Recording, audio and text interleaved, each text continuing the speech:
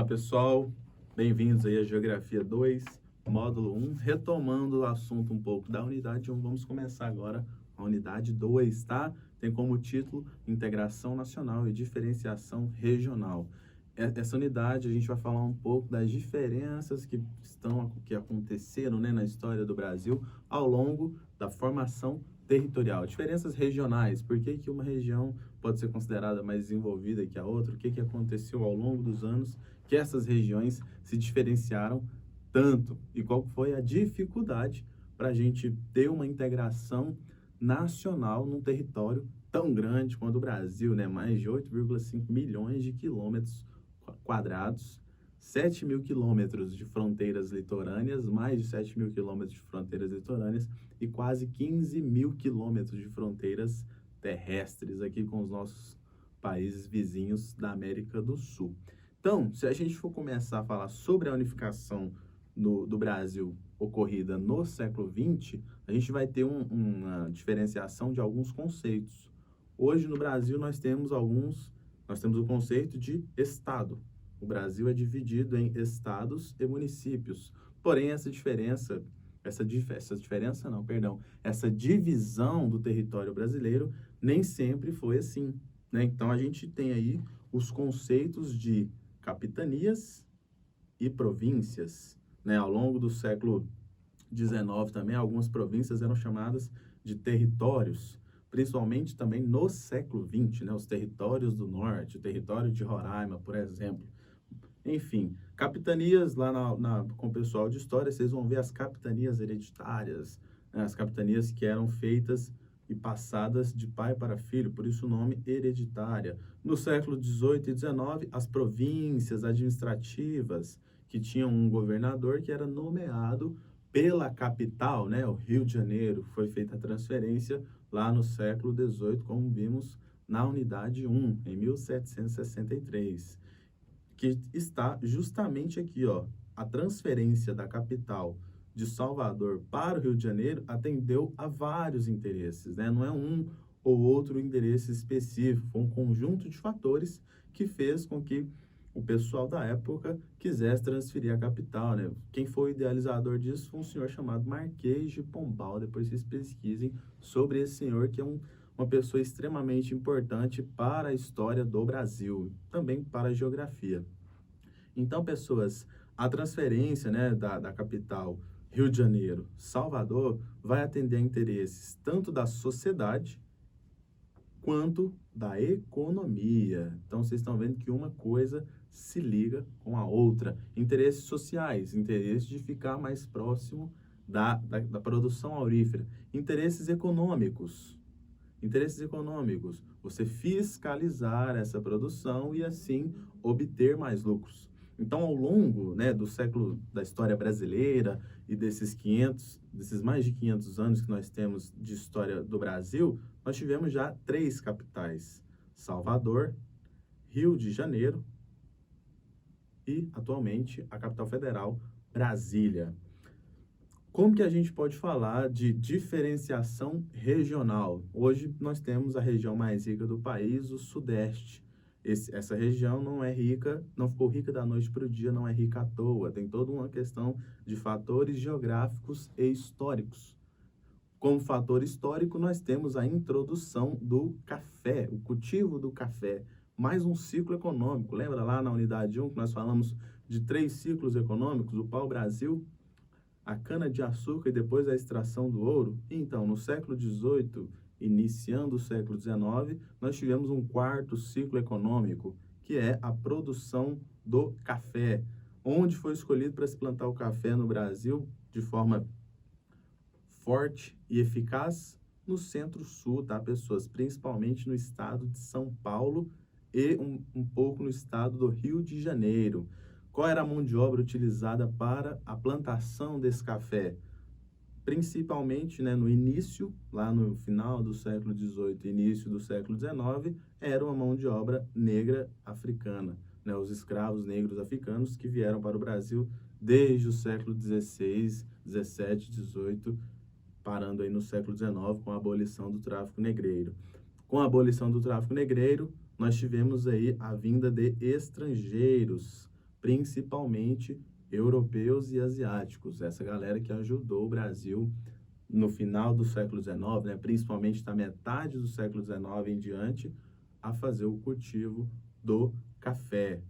Além disso, pessoas, é no Centro-Sul que nós vamos ter a expansão, ou inicialmente a criação das primeiras ferrovias que vão se desenvolver a partir da produção do café, né, para você pegar a produção cafeeira e levar para os portos, né, principalmente o Porto de Santos, que vai ser um grande porto para o escoamento da produção de café no Brasil. Além disso, com o surgimento das ferrovias, a expansão cafeeira, nós vamos ter um fator que vai desenvolver a região sudeste de forma diferente das outras regiões brasileiras, que é a urbanização ou o desenvolvimento das cidades, desenvolvimento esse maior que a zona rural. Então, já no século XIX, o Sudeste começa a se destoar das outras regiões como uma região potente, uma região economicamente forte, se comparada com as outras regiões brasileiras. No início do século XX, se a gente pegar aqui, lá no início do século XX, havia uma grande concentração econômica nessas duas cidades. Uma capital do Brasil, Rio de Janeiro, ficou capital até a década de 60, com a transferência para Brasília, e a cidade de São Paulo, que era onde se concentravam as grandes operações financeiras em relação ao café, à produção cafeeira. Então, você vai ter um grande acúmulo de capital nessas duas cidades e, consequentemente, em toda a região sudeste, né? Um grande acúmulo de riquezas. Pessoas vão ficar muito ricas desenvolvendo essas atividades. Quando vem o século XX e meados, principalmente da década de 50 em diante, a gente vai ter uma tentativa de desconcentração econômica. Como que isso vai acontecer? Principalmente com a construção de Brasília, na década de 50, pelo presidente na época, Juscelino Kubitschek, políticas de incentivo à ocupação das regiões Norte e Nordeste, principalmente na região Norte, com a extração do látex, e teve um presidente no Brasil que falou que governar era abrir estradas. Juscelino Kubitschek ouviu isso e começou a abrir rodovias e fazer ligação entre os estados, né? Então, isso aqui, pessoas, só vai acontecer a partir da construção de Brasília, né? Meados aí, vamos colocar 1950 em diante.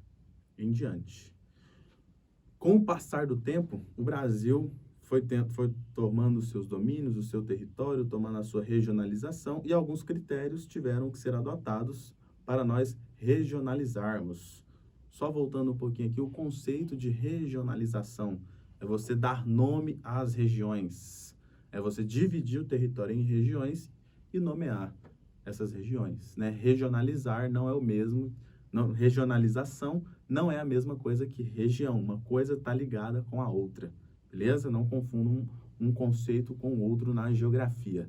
Então, quando a gente fala aqui, pessoas, de regionalização, estamos falando dos critérios adotados para nomear as regiões brasileiras, né? Então, você vai ter aí critérios naturais, né, que vão passar aí por biomas, quais estados pertencem ao bioma da Amazônia, ou qual ou quais estados possuem o bioma Amazônia. Então, vamos dar a esses estados o nome de região amazônica, ou região Amazônia. Quais estados possuem o Cerrado, quais estados possuem a Mata Atlântica. Esse critério já foi muito utilizado, mas hoje não é mais. A partir de 1980, vamos colocar aqui,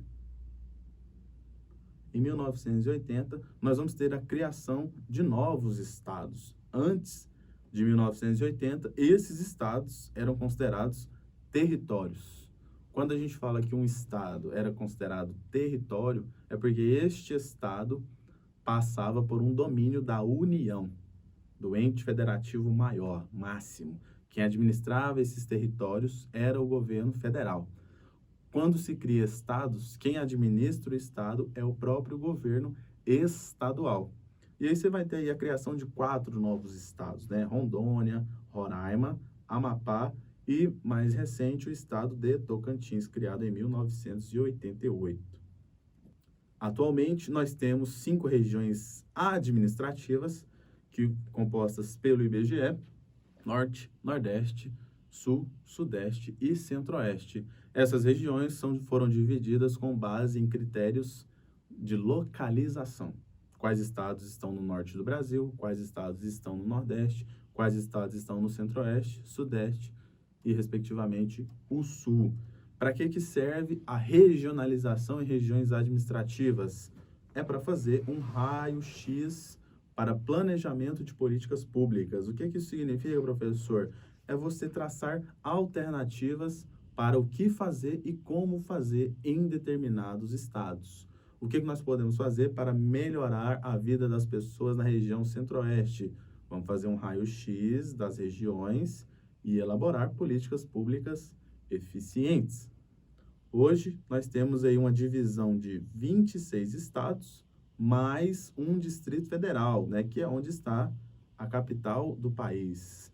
São mais de 5.600 municípios, é um número que ora cresce, ora diminui, porque a lei brasileira para a criação de municípios, ora passa por transformações, flexibiliza ou endurece, então é um número que não dá para se ter com exatidão, tá bom? Mas atualmente temos mais de 5.600 municípios no Brasil. É um número muito expressivo, muito significativo, que merece atenção, principalmente quando você vai fazer esse raio-x aqui de políticas públicas, né? De políticas para o público, para o povo. Os entes federativos divididos aí no Brasil: a União, que é o órgão máximo, o governo federal, estados, os governos estaduais, e os municípios, os governos municipais, as prefeituras e os seus vereadores. Há outros critérios de regionalização, professor? Há sim. Há o critério econômico, né, um mapa aí criado em 1967 pelo Pedro Geyer, que ele vai dividir o Brasil em 3 territórios: Amazônia, Centro-Sul e Nordeste. Ele vai levar em consideração a economia das localidades e não os biomas ou a sua localização geográfica.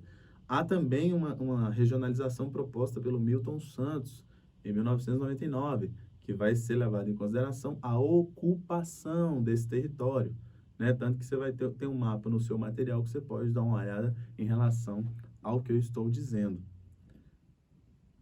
Para finalizarmos essa unidade, vamos aos limites extremos do nosso país. Vocês estão vendo aí as divisões regionais que nós temos, né? Norte, Nordeste, Centro-Oeste, Sudeste e o Sul. Nós temos 4 limites extremos, pessoas.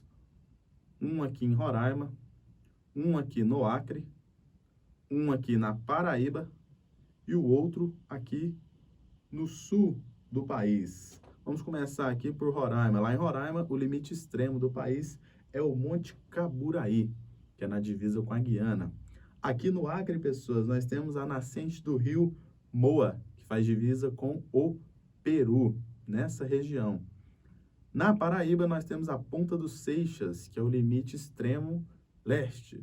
E no sul do Brasil, nós temos o Monte Chuí, né? O ponto Chuí, que é o ponto mais sul do território brasileiro. Certinho? Leia o material, observem os mapas. Se tiver com alguma dúvida, volte o vídeo e veja novamente.